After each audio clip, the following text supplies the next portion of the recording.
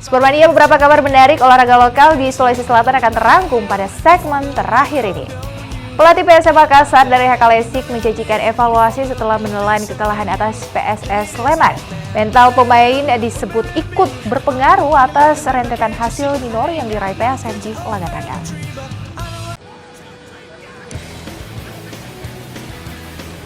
PSM Makassar kembali menelan kekalahan pada laga tandang pekan ke-16 Liga 1.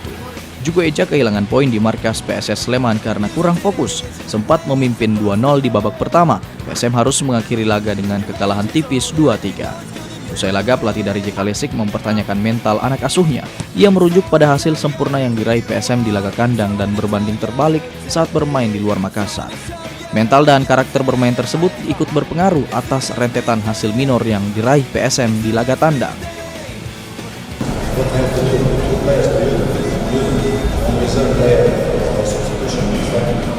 Katanya saya harus buat apa? Pasang 2 orang menjaga hidup gitu maksudnya.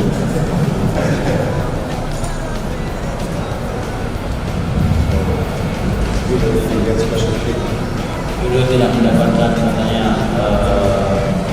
jagaan khusus.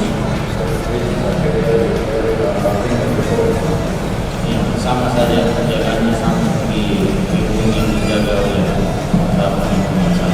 PSM tercatat belum pernah menang dari 5 laga tandang yang telah dilakoni. Jugo Eja menelan 4 kekalahan dan sekali imbang. Hasil tersebut membuat pelatih dari Hakalesik menjanjikan evaluasi. PSM harus bangkit dan tampil lebih baik di laga selanjutnya. Wahyu Saputra, Celebes TV.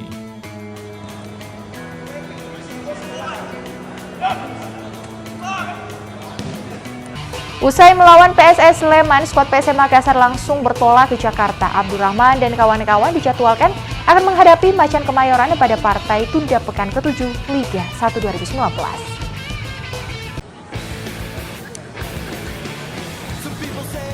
Setelah meraih hasil minor di pekan ke-16 Liga 1, skuad PSM tidak kembali ke Makassar. Rombongan tim Jugo Eja langsung melanjutkan perjalanan ke Jakarta untuk menghadapi Persija pada partai tunda pekan ke-7 Liga 1. Abdul Rahman dan kawan-kawan akan menantang Macan Kemayoran di kandangnya pada 28 Agustus mendatang. Kedua tim akan berlanjut setelah pertemuan di laga final Piala Indonesia lalu.